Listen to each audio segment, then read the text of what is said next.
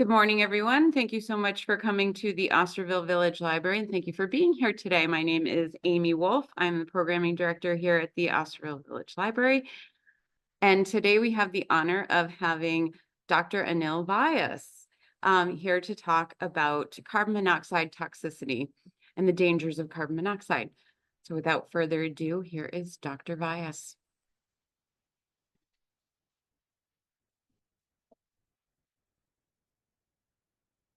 Good morning and welcome. Can you hear me well? Yes. So I think we all know what carbon monoxide is and what the dangers are. But after this presentation, I think there'll be more knowledge and understanding of the concept of carbon monoxide, how it exists, how it does have a positive function in a very small amount in physiological sort of functions. And when the amount of presence of carbon monoxide in excess does produce harmful effects, and that's why we're going to discuss. And continuing to that, we'll also talk about physical characteristics, history, and how it affects the body, and what would be, in short, the management, prevention, which is the most important issue and the topic of this lecture. So we all know carbon monoxide is colorless, odorless, and also it does not have any sort of noxious smell. So it's like an invisible gas, which is truly, and I would say, I would sort of compare it as a scammer. It sort of cheats on us.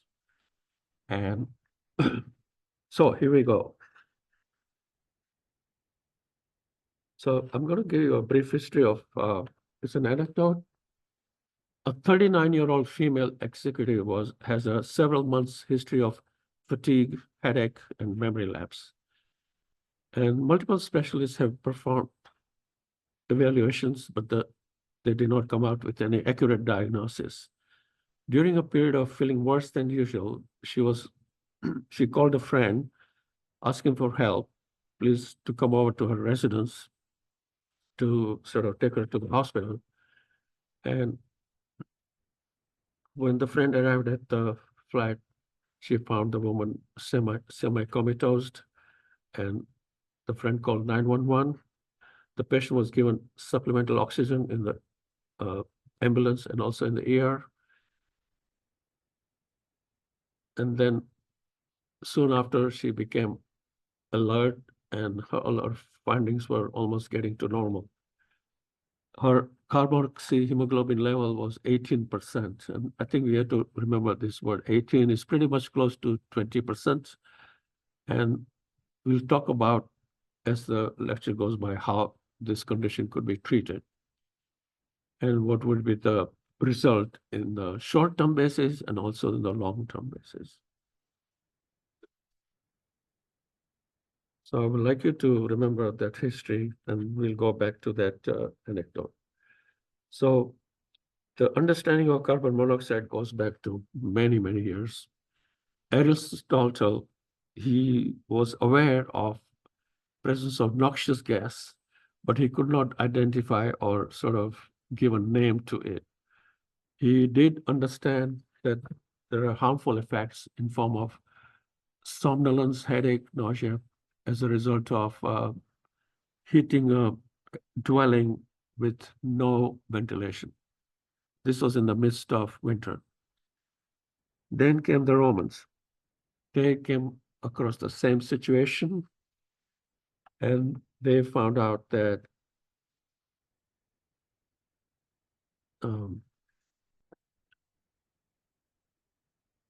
presence of carbon monoxide, as we all know, the name carbon monoxide, is a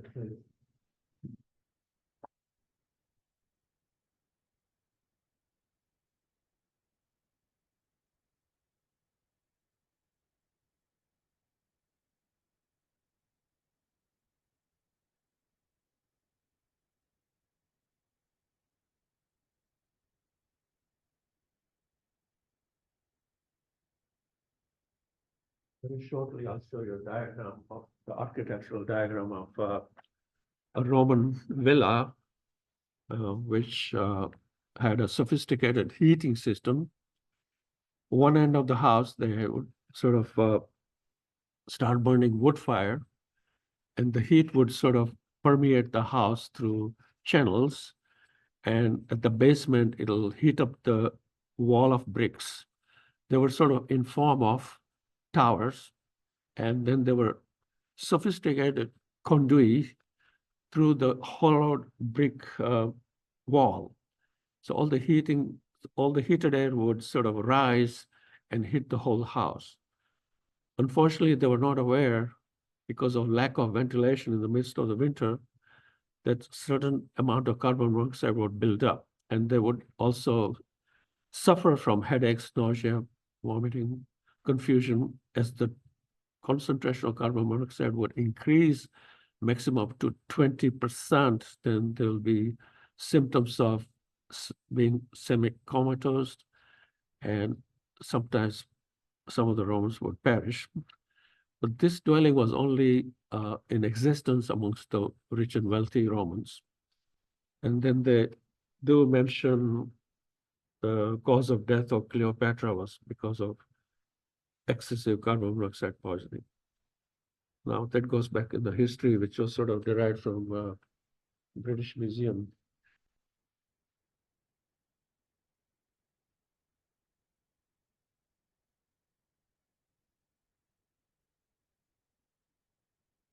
So I'll show you this picture. This slide is not in here, so I found this latest. So this is a diagram, schematic diagram in 3D of a Roman villa. And you can see how the source of heating, burning wood, and it sort of permeates the house.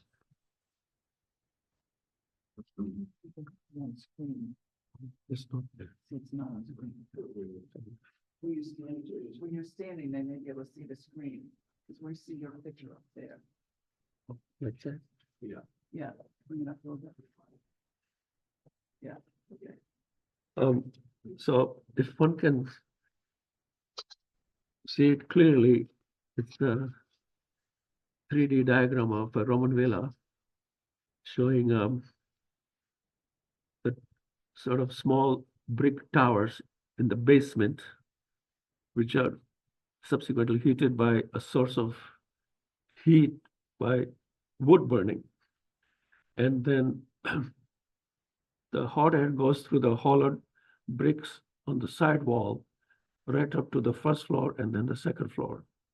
I don't see any sort of effluent of the hot air, which sort of would be responsible producing progressive accumulation of carbon monoxide.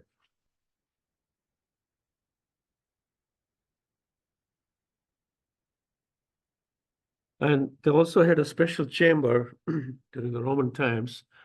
If there was any criminal who had to face the death penalty, they would put him in a chamber which was lit with wood, burning wood, which would sort of have a blue flame. And the highest source of carbon monoxide is actually around from the blue flame. And he would perish in a moment, but we don't know how long it'll take. But that's one of the histories of Roman times. So next thing we'll talk about is what are the natural sources of carbon monoxide. There are many, and I just made a little list. One of the first and foremost is the forest fires, the smoke, the blue smoke, and also all the other multicolored smoke is also part of incomplete combustion. So the main source of carbon monoxide is as a result of incomplete combustion. When the combustion is complete, then we would obtain carbon dioxide. And depending upon the extent of forest fires, it can be lethal. The second one is from volcanic eruptions, pouring lava, and the flumes. And that's a very sort of another source of natural source of carbon monoxide, I would say. And also there are other sort of incidents like intentional residual crop fires. This is to sort of burn the end of the crop to prepare for the growing season for the following year. And that would also produce noxious fumes, incomplete combustion, producing carbon monoxide one more time. And the fourth example, as we all know, are building fires. Could be residential, commercial, or other structures which are in the making of buildings.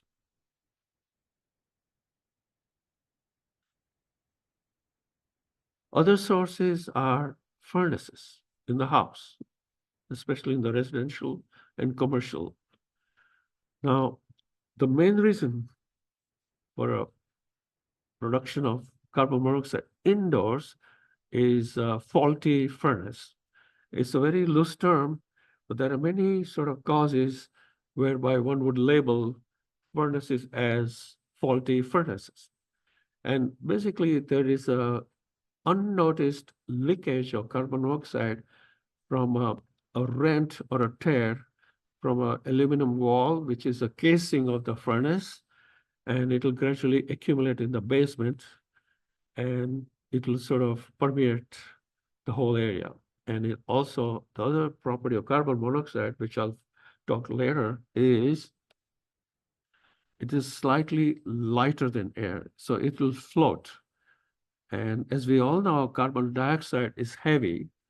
It will sort of settle down on the ground rather than the ceiling. And the second example is coal gas. So let's compare briefly about what coal gas is and natural gas is. Coal gas is actually the mixture of various sub hydrocarbons. So let's start with methane, which is a noxious vapor from any contaminant accumulation of water or mildew. And then the next one would be propane, like the propane tanks. Now, propane, methane, others which are other multi-carbon, they are all products of fossil fuels. Fossil fuels, we all know, is oil from the subterranean. So coal gas is far worse than using natural gas. The natural gas is safer, but then to use it indoors. But in 21st century, there's a common understanding, which I might discuss here, which has nothing to do with carbon monoxide, is that it is soon it'll be discouraged for domestic use of natural gas indoors because the products of natural gas it has harmful effects on children. A lot of children suffer from bronchial asthma, unfortunately. So the the solution would be to use natural gas outside in the grill and use electricity inside the house. The third one would be mobile air conditioners. It is again the source of heating that would be propane sometimes, and it is highly undesirable to use mobile air conditioners indoors with closed windows. So one has to be careful. The way to prevent any kind of leakage of accumulation of carbon monoxide, if there is any kind of faulty situation, is to have a exhaust conduit from the unit through the room, across the room to the window. And then the fourth would be, as I mentioned here, is the misuse of gas grills. In the midst of the winter, especially in the northern hemisphere, people have propensity to bring the outdoor gas grill indoors, and sometimes that's not desirable at all. And the consequences can be very unpredictable and sad. And then I did sort of mention a little bit of, I did mention fossil fuels, but I'm going to bring it again. That's also one of the sources of carbon monoxide. Fossil fuels are nothing but oil, heating oil, and the byproducts of heating oil, I'm going to repeat, is propane, methane, and the other complex hydrocarbons. If you one example would be the use of forklifts, which are sort of powered by propane gas tank, and they have a very strict standard about um, how many parts per million of carbon monoxide is allowed before the alarm would sign off. And they do work in a closed environment, like a huge, like a ice chamber where they store seafood and any kind of perishable items in the midst of summer. And their value, if I can recall, is anything above 50 parts per million. I'll explain to you later. The alarm will sound. An ordinary carbon monoxide monitor we have at home, this, the alarm will sound at the level of 200 to 250 parts per million. So it is sensitive, but not as sensitive as one should desire, especially when in a single family home, there are a large number of people living. An example being guests from other places, and this dwelling could be at the seaside or a mountain cabin during the summer vacation. I'm giving an example.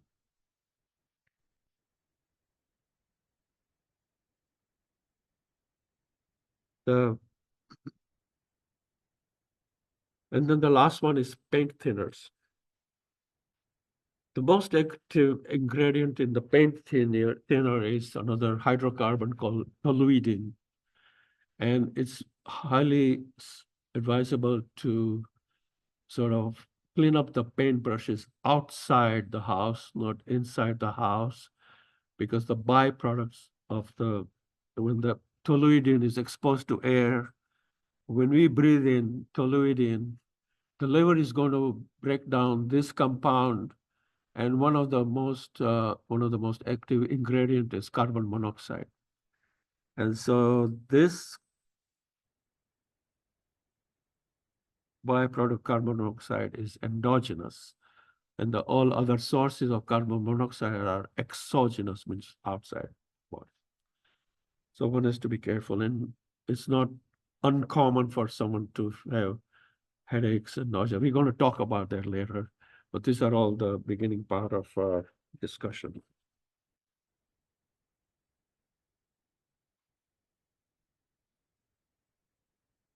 And other examples would be smoking. When someone is smoking, the burning tip of cigarette, it has the highest concentration of carbon monoxide. And the person who smokes, when he inhales, is also is inhaling, or she is inhaling a large unmeasured amount of carbon monoxide. It has a long-term detrimental effects on the body. In the beginning, if someone is going to smoke less than a pack a day, there'll be a progressive accumulation of about 10 to 15% of carbon monoxide circulating in the bloodstream. And that presence is going to produce harmful effects to all the vital organs, muscles, blood vessels, and also nerves. That's just a little brief description of what happens to smokers. And also another parameter is secondary smoking. All the members in the house who are exposed to secondary smoking, they do get affected in sort of with less intensity, but the harmful effects, they stretch out into their middle years. There was a study, they examined 40 children who were part of the family of they had secondary smoking in existence in the dwelling. At age 40 to 45, they found out they had significant degree of coronary thrombosis. They had two sort of studies. One was a control group, one was an experimental group. So we talked about faulty furnaces in the earlier side. If you have any questions, well, let me know. And then the fourth cause is antiquated air conduit. So I don't have a photograph of a house showing the basement with the connection of intake and the outtake connected to the furnace. There are some homes in our state and nation where they have an inflow intake is on the bottom with a flap aluminum disc. So whenever there is a negative pressure, the fresh air, we call it not fresh air, but the fresh intake is from the bottom, but it's from the air which is already present in the basement. And then they have an exhaust conduit, which is sort of, which discharges all the exhausted air outside. So as a result of recirculation, no one knows how much of carbon monoxide is present when anyone who has a house with antiquated air conduit. So basically, it's like a Y connector.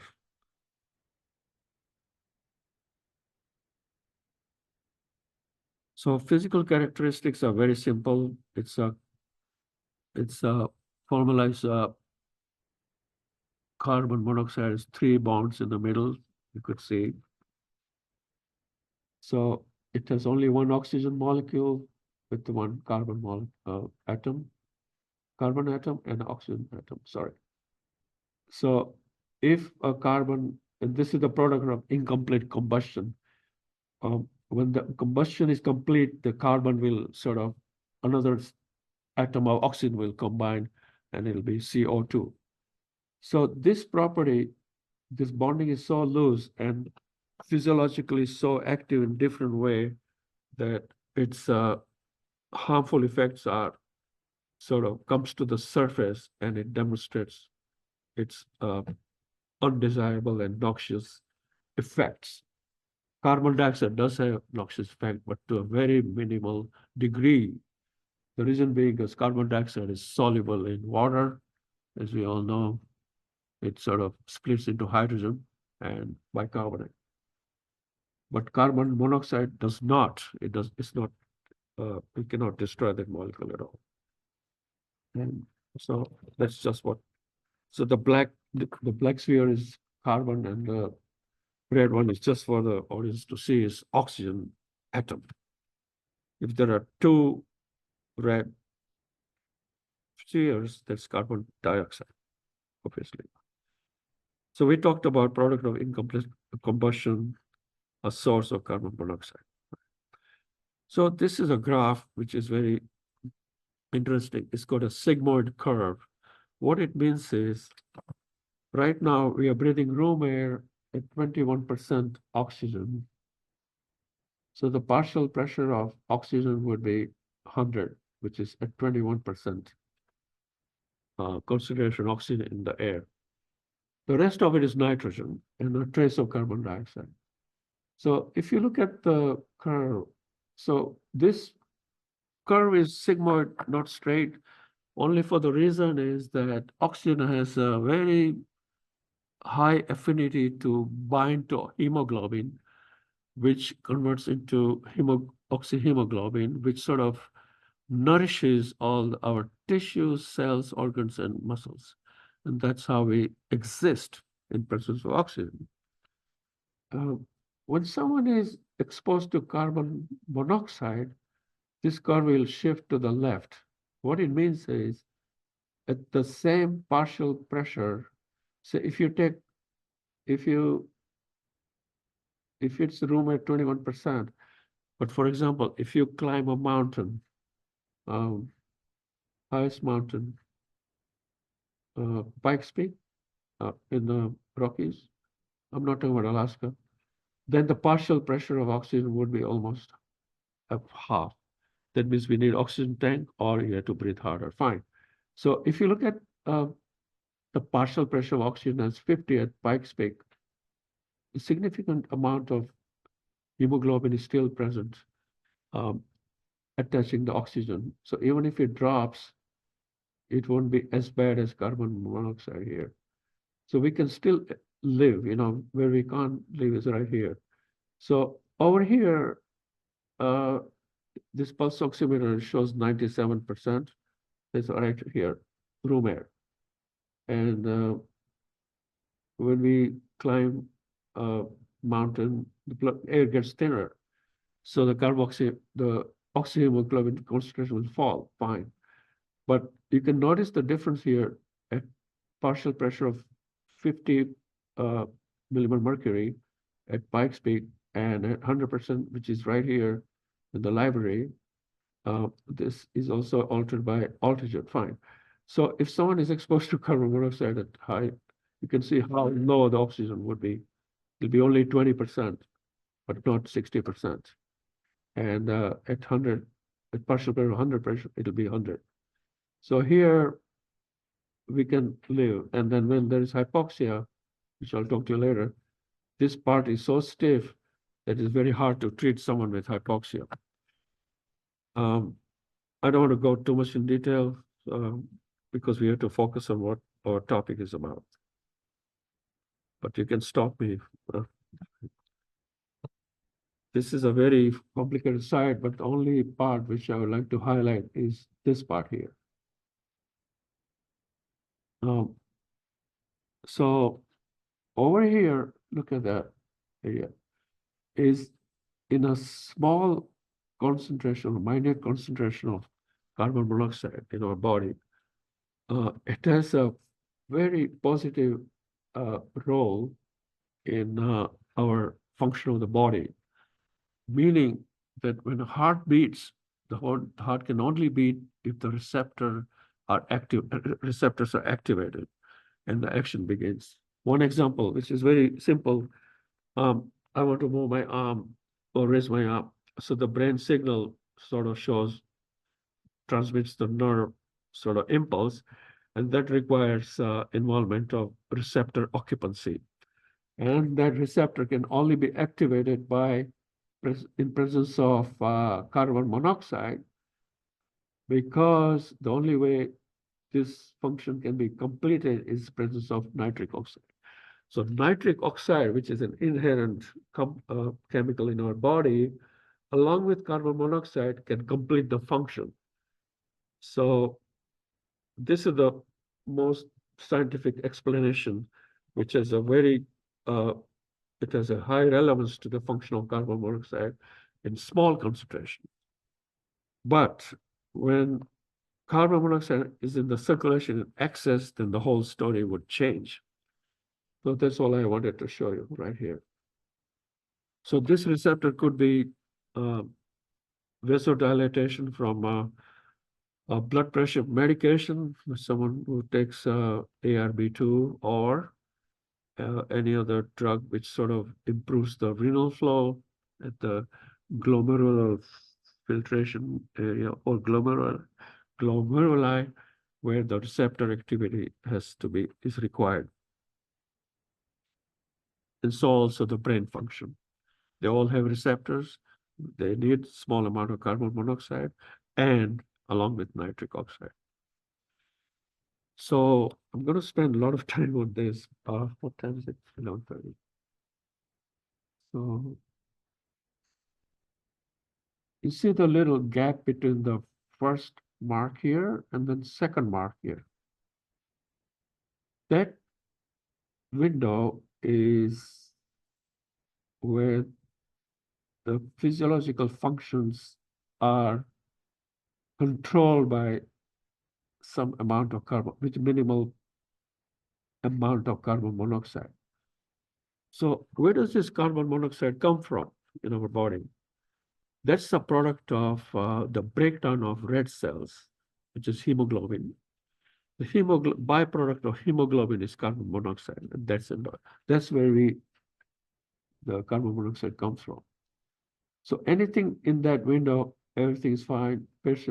People are healthy, and fine. When there is an exposure of small amount of carbon monoxide from smoking, faulty ventilation, and all the causes which are described, there is a progression of symptoms. So between the second bar and the third bar, we call it as protective or adaptive response, meaning no symptoms. One example being somebody who smokes half a pack of cigarettes, and so again, the body will adapt that or tolerate that. There are no symptoms whatsoever. Now there is a shaded or a dotted line from that to that. This band, it varies widely from one person to another person. Smoker versus non-smoker. Patients without a heart disease, patients with heart disease, especially coronary artery disease, hypertension. The first symptoms would be, most common symptoms is headache, weakness, fatigue, and malaise. Now, right here, this part here,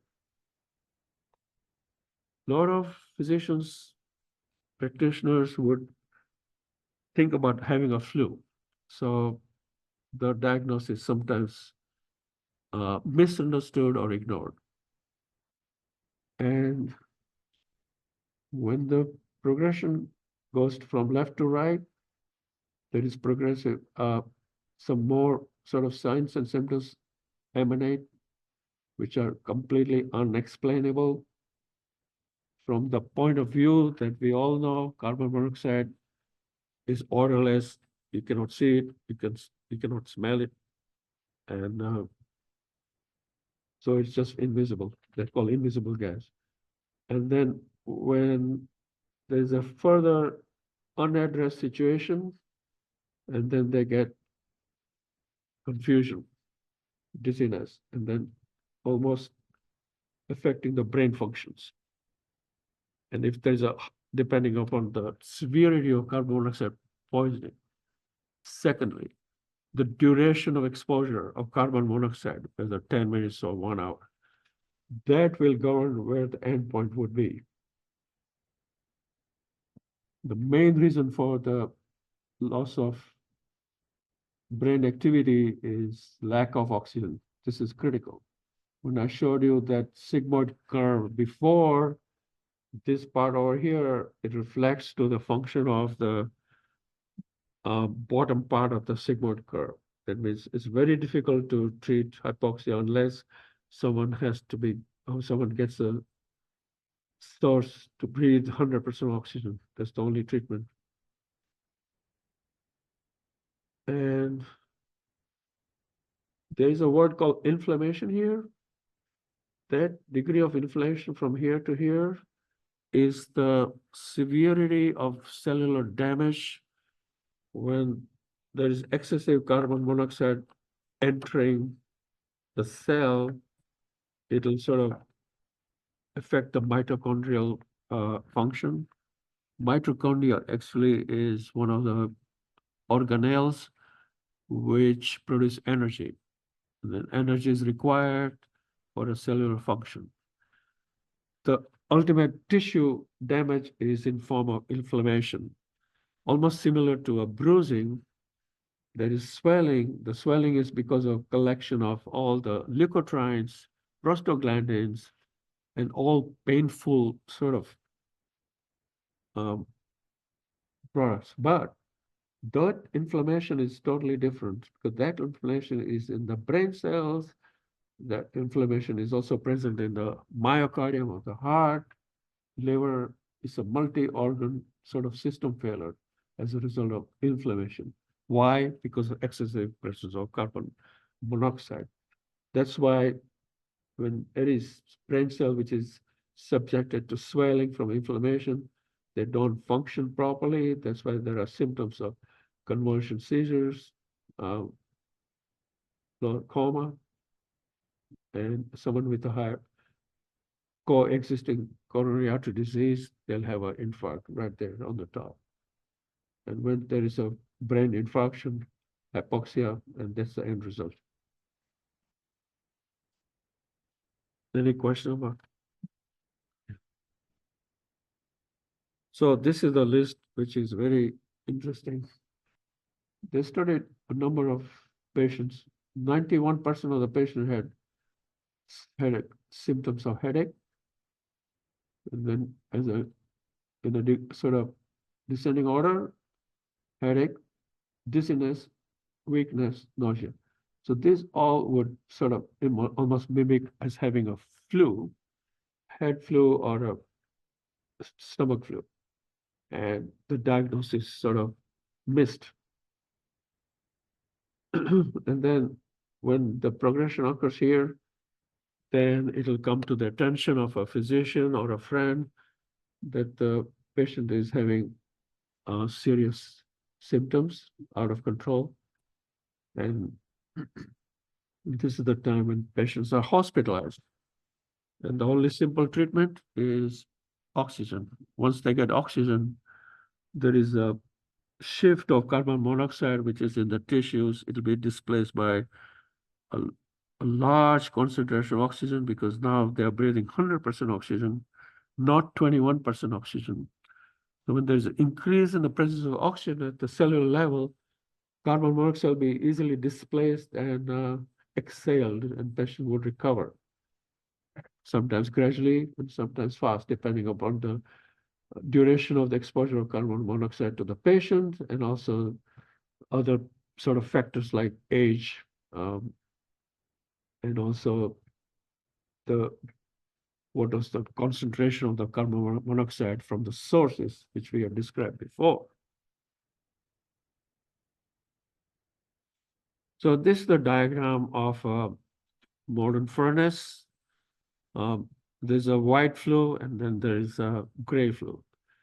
The white flue is the conduit to bring the fresh air from outside the house directly into the heater furnace. After the combustion is complete, all the wasted gas is going to be sort of dispelled from the grate. So this is the fresh air intake conduit, and this is the exhaust. They're totally separate. So there is no admixture of fresh air and used air after combustion.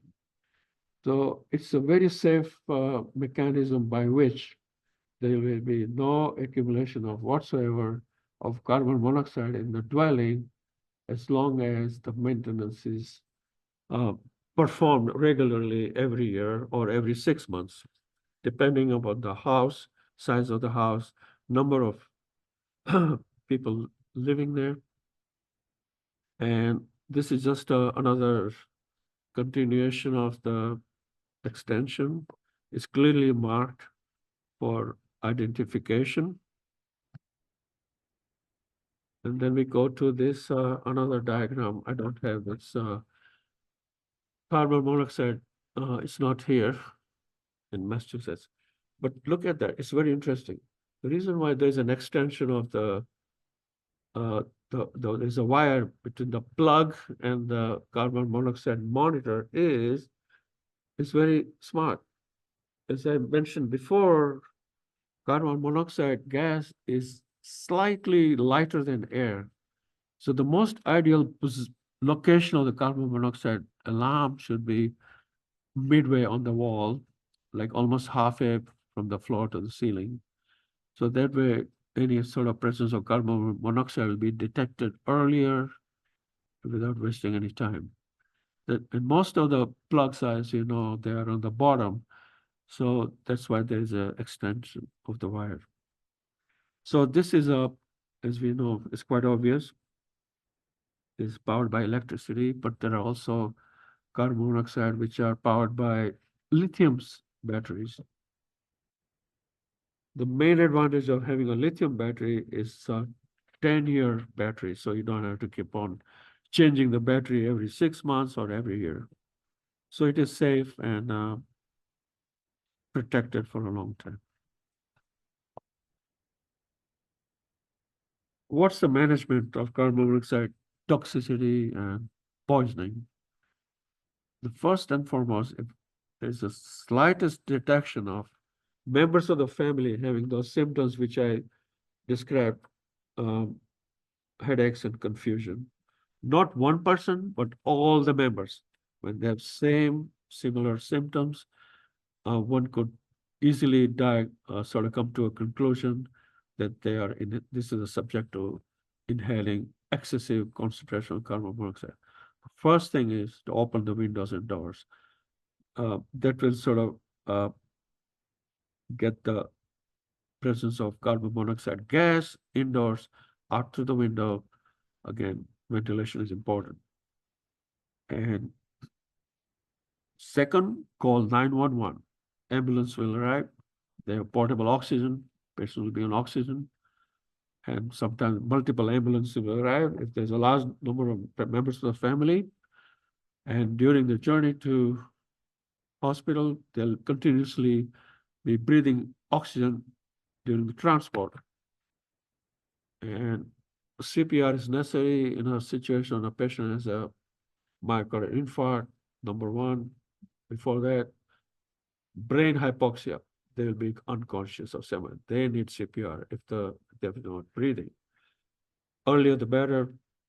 And then as soon as they get to the hospital, they'll probably be ventilated by endotracheal intubation, and especially the patient who are in coma. And there are other indications of hyperbaric chamber, use of hyperbaric chamber. All the hospitals, all the ambulance vans, they all have 1-800 number with the nearest location of hyperbaric chambers in all the states. So there's a specific group of patients who have been exposed to carbon monoxide to the point that they are coma or semi-comatose is pregnancy. And the mother and also the baby are in jeopardy. They would definitely sort of benefit from hyperbaric chamber, breathing oxygen in a hyperbaric chamber. At least up to 2 atmospheres. Basically, what happens is when we are breathing room air at the normal atmospheric pressure, 760 millimeter mercury, we are breathing 21% oxygen with a partial pressure of oxygen being 100. Partial pressure of oxygen means if there is oxygen circulating in plasma, not with hemoglobin, that pressure is considered as 100 millimeter mercury because it has because it's dissolved in plasma. When a patient is put in a hyperbaric chamber with 2 atmosphere, that will be about 1500 millimeter mercury pressure. That partial pressure of oxygen will jump from 100 to 200 or 250. So meaning that there will be a speedy delivery of oxygen even by hyperbaric chamber. It will displace the highest concentration of carbon monoxide, which has produced coma to the patient. And it will sort of decrease the treatment period. So the prognosis will be excellent. And patients will live. Both the mother and the baby, number one. Patients who are in coma because they are almost brain dead. And other patients who have comorbidities like heart conditions.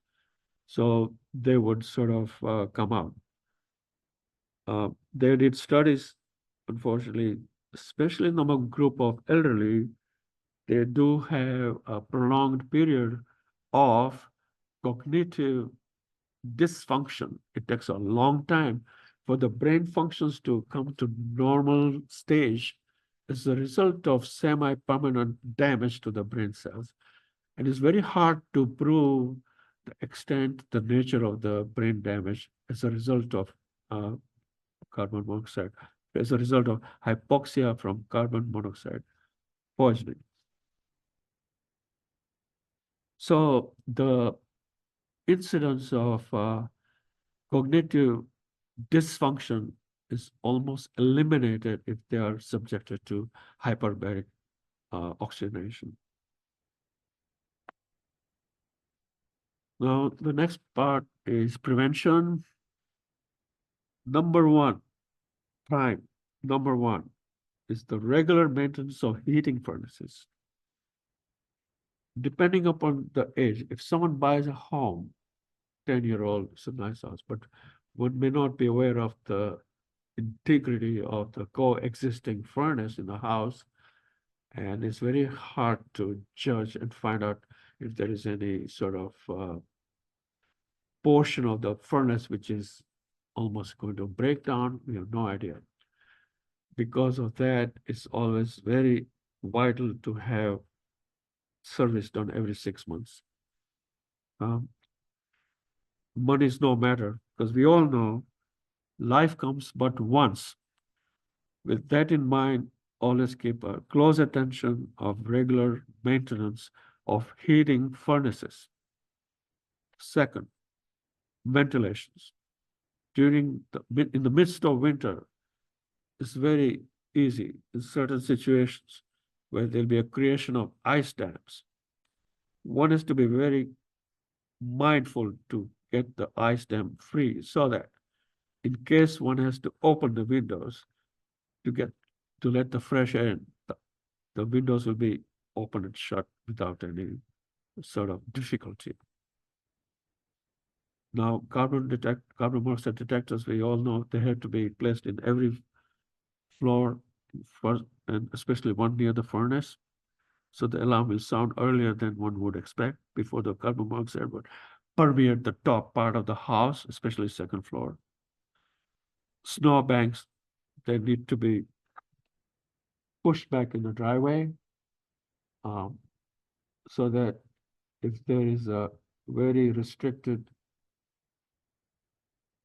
distance of driveway, should be enough room for the car to get reversed and not to get the exhaust plugged by a big chunk of snow.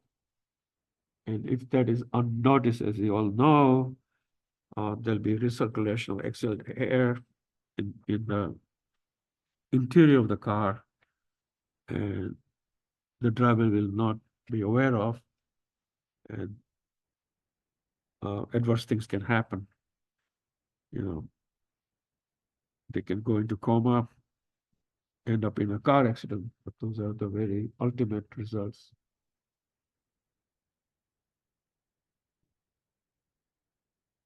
Recirculation build up in a CO in the interior. That's what I just talked about, the vehicles. And then people who have hybrid cars, make sure that the engine is turned off. In the midst of hurry, people are preoccupied. They forget to turn the engine off. They leave the car, they enter the building, they go upstairs, do their own work, unaware of the fact that the engine is still running. The situation is worse where there are certain homes, they have a extension of heating conduit in the garage from the, it's an extension from the furnace. Nothing is wrong with the furnace, but the exhaust emanating from the running engine which is running in the car unnoticed, that exhaust fumes are going to enter the house, and there can be unmeasurable accumulation of carbon monoxide in the interior of the house. And there are certain incidences where people have suffered grossly. It's hard to describe right now.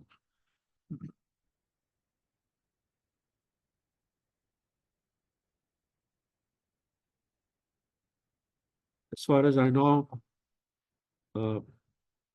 state of Massachusetts, when there are new homes being built, they do not have any extension whatsoever from the central heating into the garage.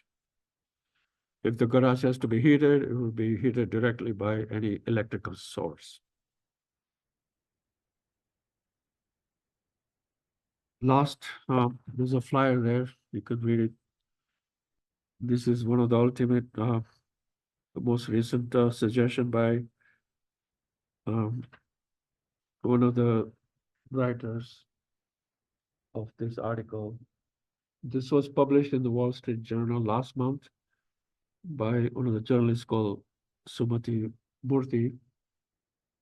Mr. Weaver, his father was the one who did extensive study in carbon monoxide toxicity poisoning. The first article was published in 1996 in New England Medical Journal. There's been lots of advances about the concept of carbon monoxide treatment, prevention, and what the future lies. That piece of paper shows that there is a high incidence of carbon monoxide poisoning in the hotel rooms, dwellings like Airbnb homes, and there's the number of morbidities or morbidities is about 3,000 to 4,000 in our nation, especially the hotels. They have carbon monoxide detectors. Sometimes they can be faulty, or their upper limit is about 400 parts per million. So here we go. I'll go back here. Okay. Here we go. Gotta sit down there.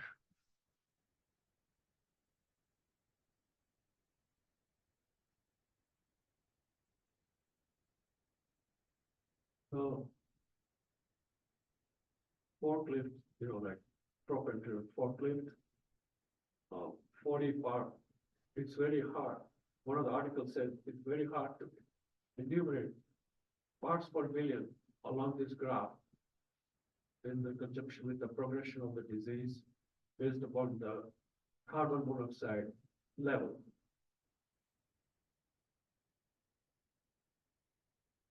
So, because this lecture is recorded, I better stand here. So 40 part million is somewhere here.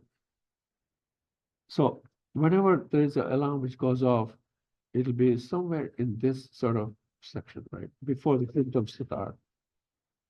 When the symptoms would start, as far as the concentration of carbon monoxide in the body, as far as 20 to 25%, it would be somewhere in this area here.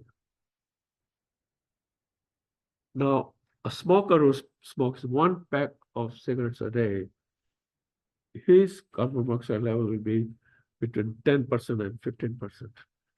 If he's going to smoke 2 packs a day, it'll be about 25%. But his body is already adapted. So he's not going to suffer. Now, in the hotel, 400, I would say about 250 parts per million, it'll be somewhere in that part, in this sort of range. The newer version of carbon monoxide, as per that diagram, it is so sensitive that it will alarm at the level of between about 10% to 20%. It'll just make you wake up and leave.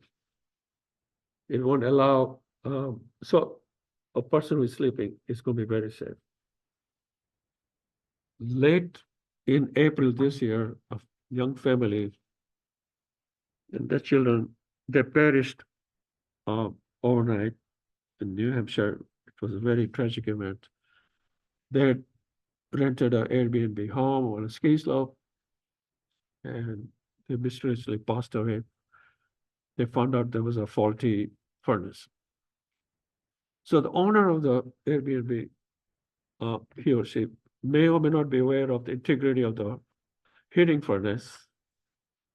And as a result of that, the said tragic incident happened. So it behoves us, again, I should have mentioned one thing, that I don't have any financial interest of any company based upon this talk, but it's ideal to purchase this carbon monoxide. It costs about $100. Wherever you go, here, abroad, take it with you. It'll save a life. Life comes but once, so use it. And that's a highly recommended article. It's a message to everybody. In the modern times, life is busy. People have to go places. So we have to protect our lives. At that point.